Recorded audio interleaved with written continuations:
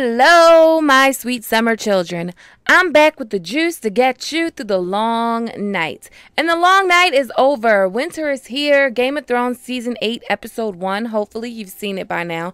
I haven't at the time of recording this video, but I have by the time you're watching it. And likely you saw me live tweeting through the episode on Twitter. If you didn't, you can follow me on Twitter here at this gray area.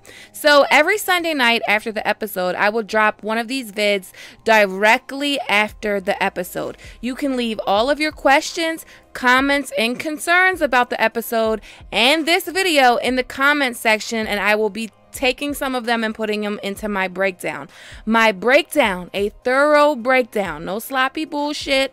My breakdown will be up on Monday morning. I want to take time. I want to rewatch the episode a few times. I want to pick up all the Easter eggs. I don't want to leave no page unturned. So I figured episode 1 would have plenty of unanswered questions. One of them being, what do the White Walkers want? What's up with them? Where are they from? So I thought I would do this video, and it's everything that we know about the White Walkers and the theories that exist about him and all of that jazz. At least the ones that, you know, the theories with significant evidence. We'll talk about those. So the first time we ever see the White Walkers is in the very first season of Game of Thrones, in the very first episode, which, if my prediction is correct, episode 1 of season 8 probably looked a lot like episode 1 of season 1. So we see the White Walkers in the very first episode of season 1. They kill 2 Rangers of the Night's Watch, and then they let one of them go. They have also let Sam go without killing him, and they had some kind of pact with Craster where Craster would give them all of his sons in exchange of being left alone and being kept safe. I don't know what the terms of the pact were, no one knows. So it seems the Night King isn't just like some homicidal maniac that just kills everyone, because if he was like a homicidal maniac, absolute death, he definitely wouldn't be bargaining with people or letting anyone slide. He would be clapping everybody. He has a target and a purpose as to why he's doing the things that he is doing, but it isn't exactly clear what the reason is.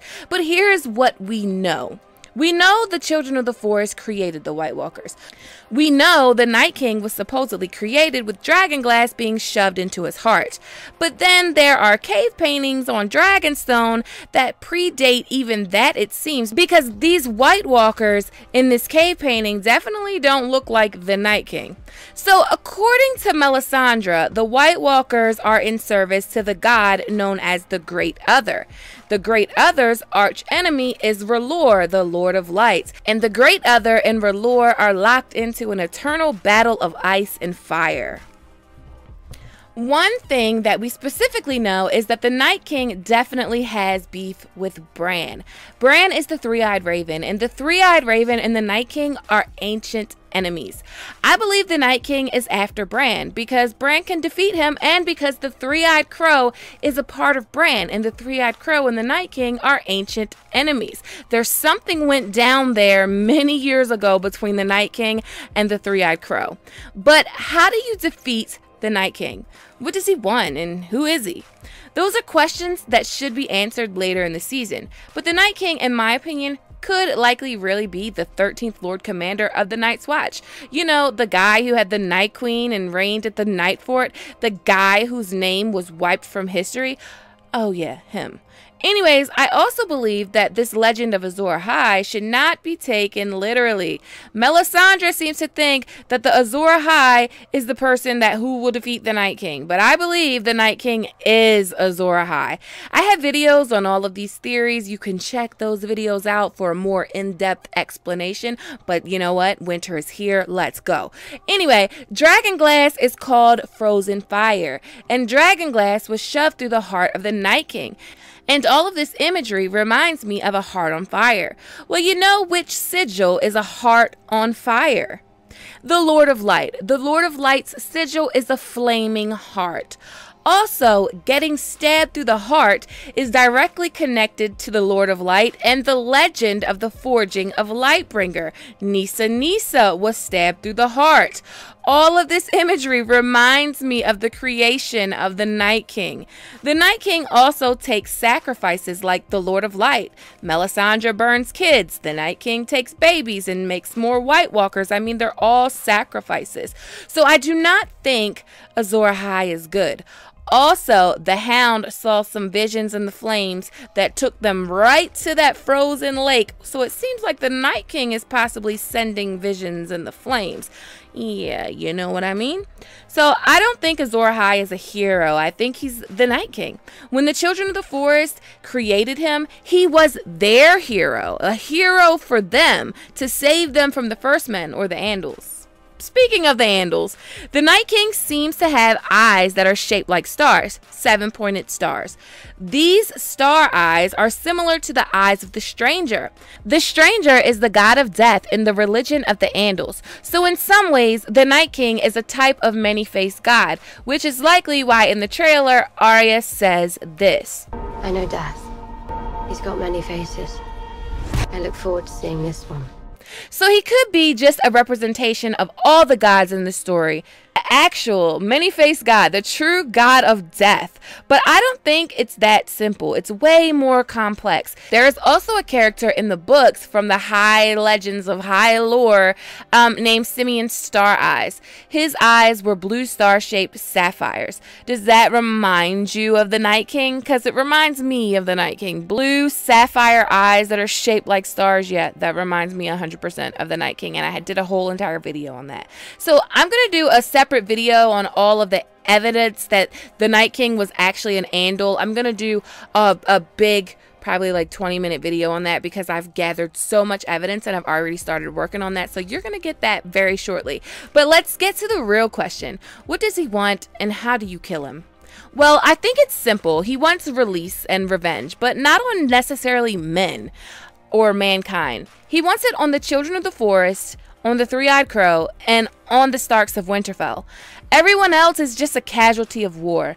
At the end of the day, this is an anti-war story. The Children of the Forest called up some dark, abominational magic to create this massive weapon of war that no one could stand before.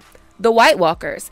And this is the same weapon that is threatening the lives of everyone in the story. So it's like your savior and your salvation is the same thing that will destroy you, which is very anti-war, which is what George is going for. I believe a pact was made to end this war that involved the Starks, the White Walkers, and the Children of the Forest. And it involved princes being promised to the White Walkers, and somehow the North forgot and stopped sacrificing their babies to the White Walkers, and the pact was broken. But how do you defeat him? Well, there are a few ways. A few things. Firstly, Bran is the key. Bran is the key to defeating the White Walkers and defeating the Night King. Bran needs to go into the past and either see some things or change some things or fight the Night King in the past. Like, while the Night King is human before he's made the Night King. But with this, it's time travel, and time travel can tend to get messy, and I don't know if they're gonna try to do time travel. I think there will be some kind of battle though, like some battle of the minds between Bran and the Night King on like a mental plane, while Jon, Daenerys, and the others fight him on the physical plane. Overall, I do not think the Night King can be killed. I think there would be like a universal effect. So I think it's like Jorah said, the people with the Valyrian steel need to fight the White Walkers. They need to kill the White Walkers, and everyone else with Dragonglass needs to fight the Whites. Also, the dragons will be burning the Whites, but Viserion is going to be a problem. So he will need to be dealt with quick because dragons kill a lot of people at once.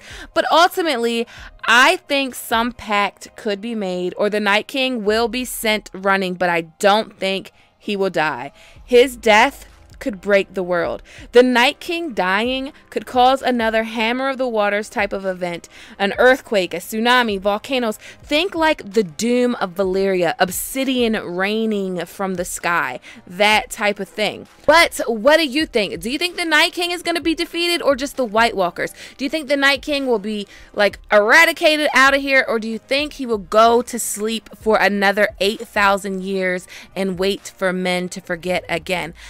So I will have my breakdown up tomorrow. Leave all your questions about the episode on this video, also all your White Walker questions on this video, and they will be addressed. As always, thanks for watching. Thanks to everyone that supports me on Patreon. If you like this video, please give it a thumbs up. Please click that subscribe button, hit that notification bell, and join the Sweet Summer family. Okay, my sweet summer children, have a good day.